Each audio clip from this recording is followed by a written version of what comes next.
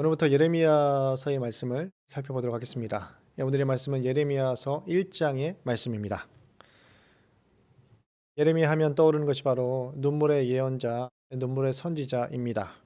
고통과 절망의 시대를 살아간 예레미야는 바벨론 포로에 대한 예언과 애굽에 내려간 배신자에 대한 예언을 하면서 자신 역시 애굽에 끌려가게 된 비운의 예언자였습니다. 역사의 순환을 누구보다 진하게 몸으로 겪었기 때문에 유대인들이 가장 사랑하는 예언자라는 타이틀을 가지고 있죠. 예레미야서의 가장 큰 특징은 그 어떤 예언자보다 그 삶과 그가 선포한 메시지가 일치하는 인물이었습니다. 역사의 포화 속에서 남겨진 그의 선지서를 통해서 그가 혼돈과 가격한 사역의 모습을 보일 수밖에 없었던 실제적인 고통의 나날들이 묘사되고 있습니다. 그 어떤 예언서보다 눈앞에서 예루살렘 성과 성전이 불에 타고 선민이 죽어가는 고통의 절규들이 들리는 가운데 이 메시지가 선포되었던 것이죠. 예레미야는 제사장 hil기야의 아들로서 청년 시절에서부터 하나님의 부르심을 입었습니다. 요시야 왕 13년부터 시드기야 왕 11년 5월까지 예루살렘이 사로잡혀 가기까지 예언의 말씀을 선포했던 것이죠. 약 40년가량 예언자로서의 역할을 감당하였습니다. 당시 유다를 둘러싼 국제 정세는 팔레스타인 동북방의 유프라테스강 유역에 있었던 아수르와 바벨론, 그리고 남방의 애굽이 서로 패권을 다투고 있었습니다. 아수르를 정복한 바벨론은 애굽과의 패권 다툼을 벌이고 있었던 시기였습니다. 그 사이에 낀 유다는 때로는 친 바벨론 정책을 고수하였고 때로는 친 애굽 정책을 고수하면서 눈치를 보고 있었던 것이죠. 그러다 결국 바벨론에 의해서 정복당하게 됩니다. 하나님의 뜻 안에서 유다는 바벨론에 의해서 멸망당하게 될 것이다 라는 계시가 주어져 있는 사항이었습니다. 이러한 계시에 대해서 유다는 이를 받아들이지 않았고 배역하며 불순종하였습니다. 이러한 사이에서 예레미야는 몸소 고통과 수모를 당하면서 고뇌하고 애소하면서 사명을 감당해 왔던 것이죠. 그러나 그의 이러한 헌신에도 불구하고 유다가 파멸을 향해서 치닫는 것은 막을 수 없었고 그 비극적인 상황에 직면해 있으면서 예언의 사역을 감당하였습니다. 예레미야서 1장 4절과 5절의 말씀입니다. 여호와의 말씀이 내게 임하니라 이르시되 내가 너를 모태에 짓기 전에 너를 알았고 내가 배에서 나오기 전에 너를 성별하였고 너를 여러 나라의 선지자로 세웠노라 하시기로. 여호와 하나님께서는 구속사역을 위해서 이스라엘이라는 선민을 형성하기 이전에 아브라함과 모세를 택하셨듯이 예레미야를 택하시고 성별하게 하셨다라고 말씀하고 있습니다. 모태에 짓기 전에, 배에서 나오기 전에 너를 성별하였다. 택하심과 성별의 목적은 바로 예레미야를 통해서 그가 여러 나라의 선지자가 되게 하기 위해서 그를 부르셨다라고 말씀하고 있습니다. 열방의 선지자, 열방 가운데 하나님의 말씀을 선포하고 그 말씀을 전하였던 그 역할을 위해서 예레미야를 부르셨다라고 말씀하고 있습니다. 하나님은 당신의 섭리와 계획을 이루시기 위해서 직업과 신분과 연령을 불문하고 당신의 종들을 선택해 오셨습니다. 그러나 예레미야는 모세와 같이 나는 아이라 말할 줄을 알지 못합니다 라고 자신의 연약함과 연소함을 고백하죠. 이에 여호와 하나님은 무조건적인 순종을 요구하시면서 다음과 같이 말씀하십니다. 예레미야 1장 8절의 말씀입니다. 너는 그들 때문에 두려워하지 말라. 내가 너와 함께하여 너를 구원하리라. 나 여호와의 말이니라 하시고. 하나님은 당신의 종들을 보내실 때 반드시 당신의 권능을 그들에게 허락하십니다. 그 사역을 감당할 수 있는 힘과 능력을 공급해 주시는 것이죠. 왜냐하면 청지기인 종들은 자신의 일을 감당하는 것이 아니라 하나님의 일을 맡아서 감당하고 있기 때문입니다. 자기 힘으로 하는 사역이 아닌 하나님이 공급하시는 힘과 능력으로 하는 것이며 자기 권위로 하는 것이 아닌 하나님의 권위로 그 역할들을 감당하는 것이 바로 하나님의 종들의 사역의 특징입니다. 그러기에 택함받은 종들은 자신의 능력의 유무를 따질 것이 아니라 하나님 앞에 자신의 연소함과 연약함을 그대로 인정하고 겸손하게 하나님과 동행하는 삶을 살아갈 때 그 사명을 온전하게 감당할 수 있는 것이죠. 예레미야서 1장 10절의 말씀입니다. 보라, 내가 오늘 너를 여러 나라와 여러 왕국 위에 세워 내가 그것들을 뽑고 파괴하며 파멸하고 넘어뜨리며 건설하고 심게 하였느니라 하시니라. 하나님께서 예레미야를 부르신 6가지의 목적이 여기에 기록되고 있습니다. 첫 번째로 4가지의 심판, 뽑으며 파괴하며 파멸하며 넘어뜨리는 파괴적인 측면을 강조하고 있습니다. 두 번째로 2가지의 소망을 전해주고 있죠. 건설하며 심게 하기 위해서다라고 말씀하고 계십니다. 이 건설적인 측면을 강조하고 있습니다. 철저한 붕괴가 이루어진 후에 새롭게 건설되는 소망의 메시지를 주고 계십니다. 여기서 예레미야에게 주어지는 특수한 임무가 언급되고 있는 것이죠. 그가 전달할 내용의 목적은 크게 2가지입니다. 바로 파멸과 회복의 메시지를 증거하는 것입니다. 실제로 그는 사역 초기에는 주로 유다와 예루살렘에 임할 심판을 강도 높게 선언하였습니다. 그리고 그의 후기에는 회복에 대한 말씀을 전해 주었던 것이죠. 하나님의 백성은 거룩한 백성으로 부르심을 입었는데 그들의 삶은 그렇지 못했습니다.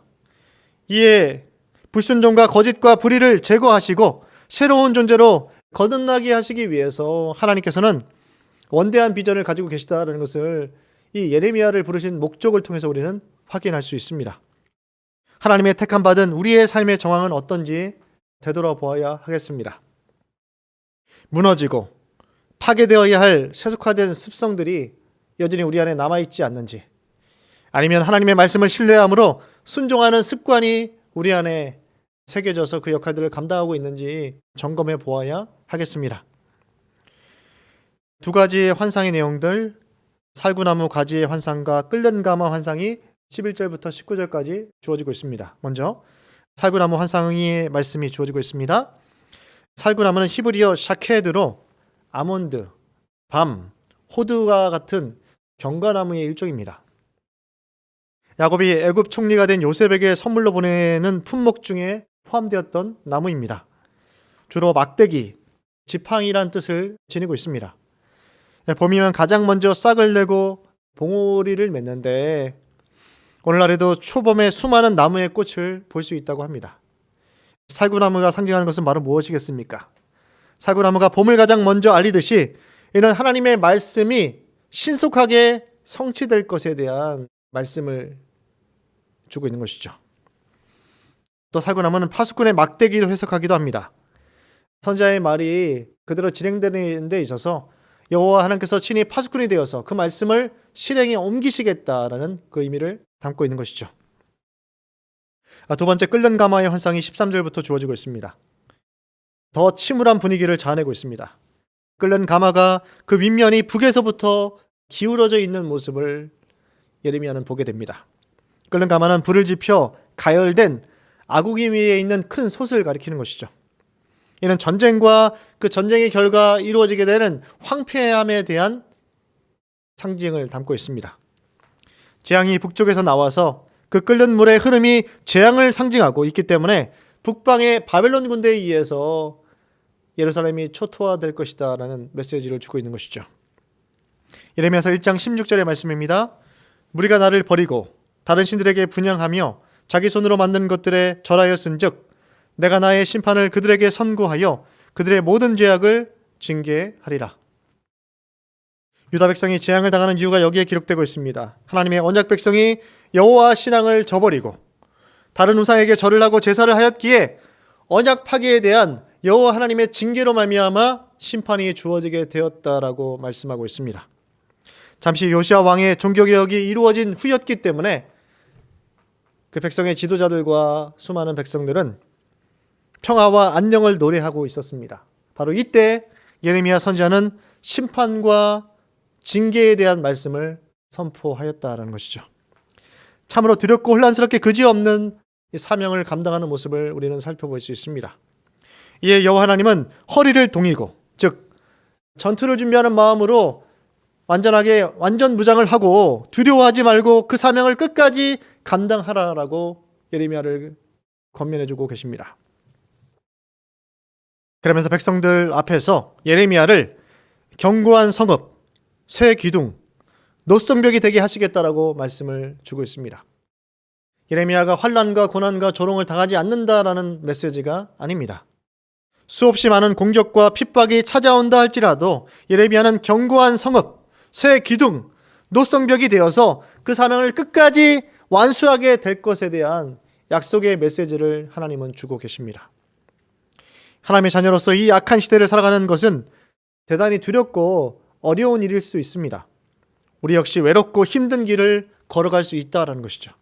그러나 우리를 택하시고 부르신 하나님께서는 우리와 함께 하셔서 믿음의 가정을 친히 동행하시겠다라고 이 예레미야서의 말씀을 통해서 우리에게 권면해주고 계십니다. 예레미야를 지키시고 보호하셔서 사명을 끝까지 감당케 하신 하나님이 오늘 이 시대에 우리에게 주어진 사명 역시 감당할 힘과 능력을 주실 것입니다. 이 말씀으로 위로를 받으시기를 바랍니다. 기도하시겠습니다. 거룩하신 하나님 아버지, 백성의 불순종과 폐역으로 인해서 심판이 주어질 수밖에 없지만 그 심판이 끝이 아니라 또다시 회복을 준비하신 그 하나님의 사랑과 하나님의 긍휼과 은혜를 오늘 말씀을 통해서 받게 되었습니다. 또 하나님께서 친히 끝까지 예레미야가 사명을 감당케 하시기 위해서 그를 견고한 성읍, 노성벽, 새 기둥이 되게 하시겠다고 하셨던 이 말씀을 통해서 위안을 받게 됩니다. 하나님, 우리의 삶에 있어서도 우리의 사명을 감당하는 것 역시 하나님이 함께 하시기에 이것이 가능함을 믿습니다. 주님, 우리의 인생을 굽어 살펴보시고 우리를 지켜보아해 주셔서 하나님 죄 가운데 머무르지 않게 하시고 늘 하나님의 말씀을 선택하게 하시고 말씀에 순종하게 하셔서 좁은 길이라 할지라도 좁은 문이라 할지라도 그 길을 지나갈 수 있는 믿음의 성도들 될 수 있도록 인도하여 주시옵소서. 예레미야가 걸어갔던 외로움과 고통의 그 고난의 그 과정들이 우리 앞에 놓여 있다 할지라도 우리가 여호와 하나님을 신뢰하고 의지함을 통해서 그 말씀에 순종함으로 끝까지 우리에게 주어진 사명을 잘 감당할 수 있는 이 복된 하루를 보낼 수 있도록 역사하여 주시옵소서. 믿음의 교회를, 주께 사랑하시는 이 교회를 회복시켜 주시고 하나님, 모든 불법한 세력들이 떠나가게 하시고 만민이 기도하는 집으로서의 역할을 감당할 수 있는 그리스도의 참된 몸된 교회가 될 수 있도록 주님 인도하여 주시옵소서. 주님께서 영광 받아 주셔서 우리의 삶을 통해서 하나님 함께 동행하여 주시옵소서. 우리를 구원하신 예수 그리스도의 이름으로 간절히 기도드립니다. 아멘.